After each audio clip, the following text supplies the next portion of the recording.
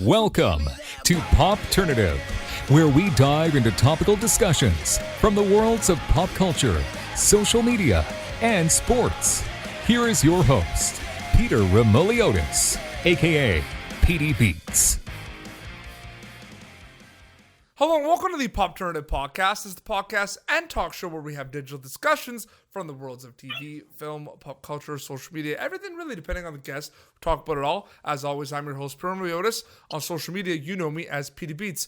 My guest is an actor. You'll recognize her from a lot of really cool things, but most recently you'll recognize her from Grand Army, which is now streaming on Netflix. We're with Keara Graves. Keara, welcome to Popternative.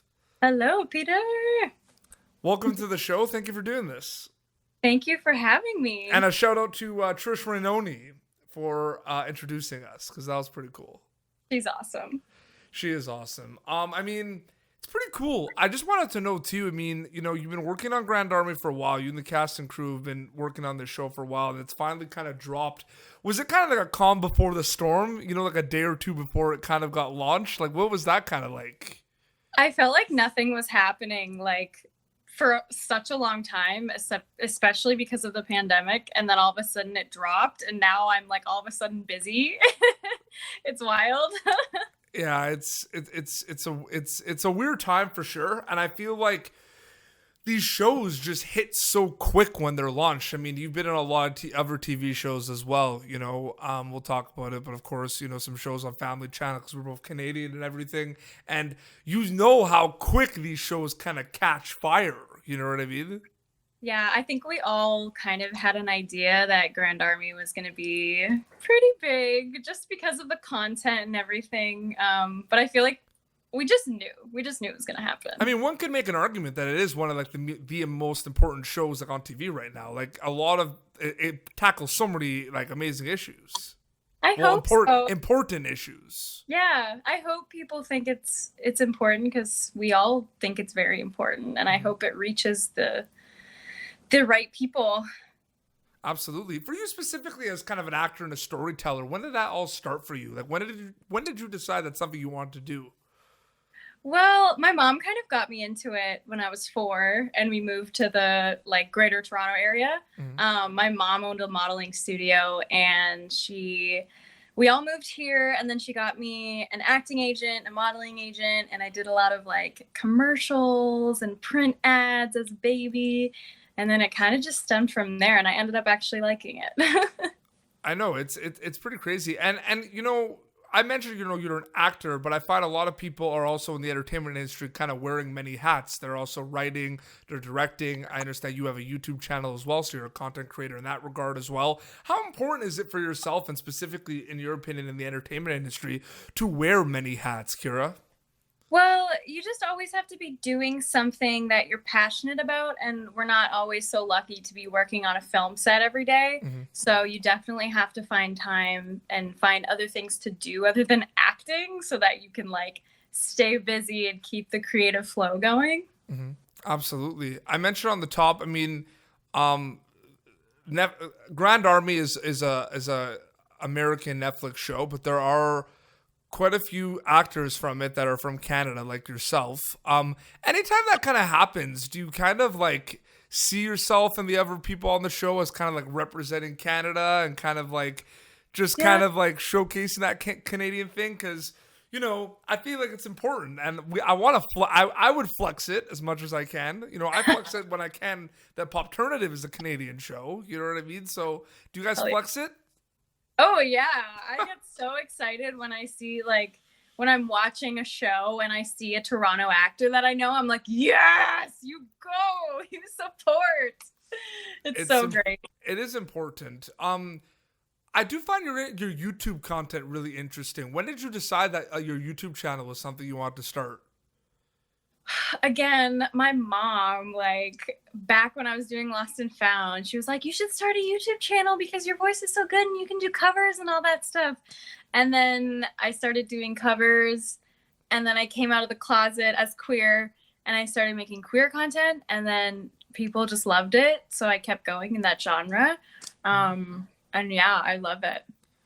You fun. mentioned, your coming out, your coming out story. I mean, do you find, like, for example, I did mention, before, that a lot of actors are starting to write and starting to direct, and you have this story of kind of, what was going through your mind when you made that decision and everything. Have you thought about maybe putting a pen to paper and maybe doing like a memoir or like a script about that? Because that's a very relatable thing, and I think a lot of people need to hear those stories. You know what I mean?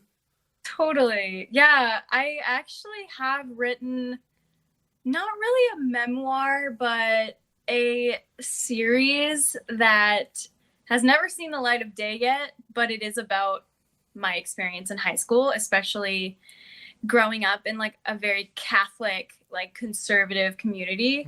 But I haven't like officially done anything with it, but I have written it. Absolutely.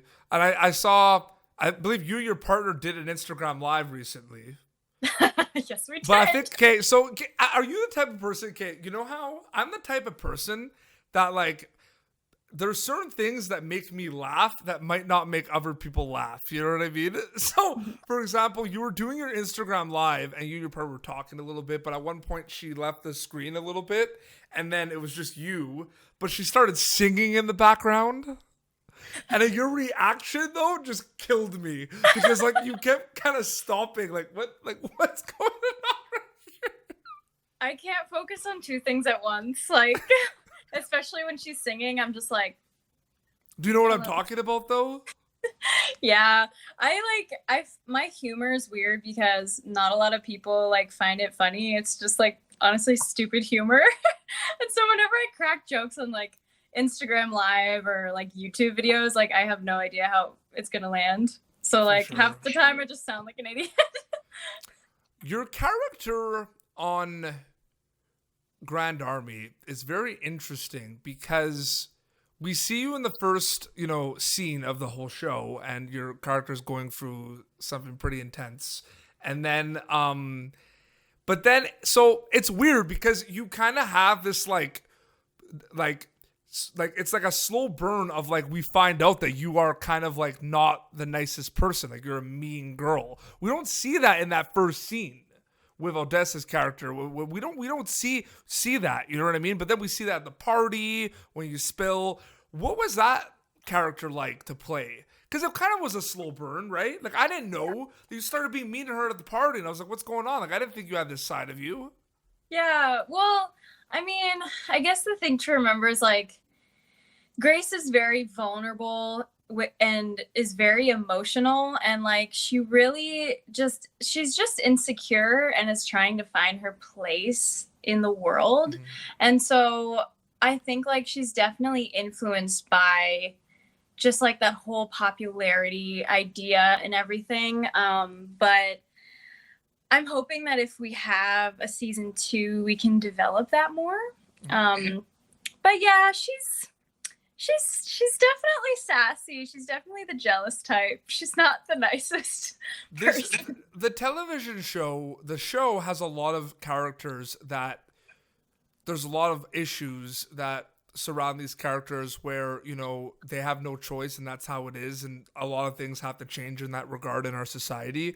But some specific characters make decisions that don't help themselves in that show. Do you think that the show is kind of trying to show two sides of the story of like the society, but also like certain choices people make? You know what I mean? Yeah, like I think it definitely reflects society very well and how it's almost like a little society within itself in the high school. Yep.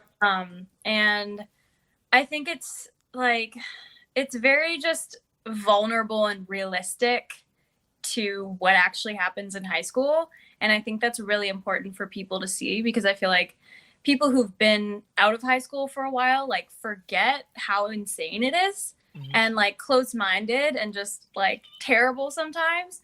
So I think it's great that it's very realistic to actual high school. We are both Canadian. What do you think about people saying that this show is kind of like Degrassi, but like taken to kind of like the extreme, the next level? I read that. I was like, damn, like a Canadian show getting kind of that comparison.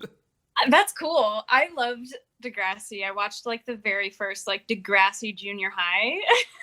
Mm-hmm. It was so good. But I feel like Degrassi never really got that gritty. Well, no, that's what I'm saying. They said it's kind of like the more kind of like gritty version of Degrassi. Yeah. It tackles Degrassi, though, had some moments, though. I remember watching it, like The Next Generation, that were just like, damn, like they went there and they don't go there. And I find there's a lot of things, like, have you also noticed that, you know, the legalization of marijuana, right? Like, that stigma is like completely gone. You know what I mean? Like, and it was like a whole thing in a lot of these shows, like, oh my God, he's smoking pot. Yeah. You know what I mean? Definitely, yeah. It's so normalized now. It is normalized. In terms of, I mean, we talked about at the top. What do you hope people get from Grand Army, Keara? Like, what do you think the reception wise, what do you hope they get from it? I hope that people who are more closed-minded I hope they watch it. I feel like people who have the same mindset as us, like, will watch it and they'll just be like, yes, preach. Mm-hmm. But I just hope it reaches a different audience, the audience that actually needs to hear it. You know what I mean? Absolutely, for sure. I just find there's just so much going on with characters in this show. And I think it's one of those things where, again, though, what I find the most interesting about it, I bring it up in a lot of interviews about the show, is the two dynamics of, you know, it tackles a lot of important issues and a lot of unfortunate things that people kind of get sucked into things, and that's just how it is, and it's unfair and it's unjust. But again, these are teenagers that don't make the best decisions in life. So I think you have kind of two situations at hand with Grand Army. Do you agree with that? Totally. Yep. Which is important. Like, I feel like you're obviously like your character doesn't have the best judgment at times. Definitely not. She's just trying to like find confidence within herself, and like she definitely doesn't fully love herself because she wouldn't be acting that way. Very generic question, very simple question. I mean, how does it feel to be like part of like the Netflix family now? Like that's pretty cool. It's dope. I mean, it's dope. I don't know. We're just talking about marijuana. That's what you did there. I use that word a lot. I mean, it's cool because like I did Lost and Found, which was a Family Channel show, but also got onto Netflix. Yep. But this time, like, Grand Army is a Netflix original. Mm-hmm. So I guess it's more part of the Netflix family. Mm-hmm. I'm super, super grateful. It's fantastic. What was the name of the Family Channel show before Lost and Found, which is like the dance one? The Next Step. The Next Step. Okay. So I remember watching The Next Step, or trailers for Next Step when Family Channel was on, and like seeing, like, I saw a trailer for it and I was just like, okay, this is going to be huge, because one, it kind of filled the gap because there wasn't that many like Family Channel shows at the time. And like, I remember like watching like Life with Derek, which is one of the greatest shows of all time. Totally. And it's Canadian and it was on Disney Channel, and that's the coolest thing. But I remember like The Next Step would be on like right before Life with Derek at like the 10 o'clock slot. And I remember like a lot of my cousins, like they loved that show. Like that show was so popular in Canada. It blew up, man. And now it's like, it's huge in the UK as well, and like all over the world. Absolutely. No, it is pretty crazy how like how much good content there is from Canada. Can we just say that for a second? Like, it's important. Yes. And it's growing. And Canadian actors finally have a chance to be in bigger shows, especially since like a lot of American shows are coming here, and then they tend to cast here because they're shooting here. I'm super proud of Canada and Canadians. Me too. That's awesome. Well, Keara, thank you so much for coming on the show. I realized too that we've been wanting to do this interview for quite a bit, so I'm happy we're able to finally do it. Yes, me too. I know. Finally. Absolutely. So people can watch Grand Army now on Netflix. It's available. Yes. And for you specifically, where can people follow you on social media to keep updated on everything? On Instagram at Keara Graves, Keara Graves, and then you can also follow me on YouTube just under my name. And I also have a Depop where I sell vintage clothes, and it's kind of like an online thrift store, and it's just the same handle. Yeah. Absolutely. That's awesome. Well, seriously, congrats to the success so far of Grand Army. It's awesome Thank to you. see. Thank you so much. Thanks for having me. No problem. Well, this has been Popternative. You can catch Keara Graves in Grand Army, which is streaming now on Netflix. And until next time, this is Keara Graves and PT Beats signing off. Thank you for tuning in to Popternative. Make sure to check out our past episodes of Popternative on YouTube. Be sure to like Popternative on Facebook and follow us on Twitter. This has been an Autograph Communications production.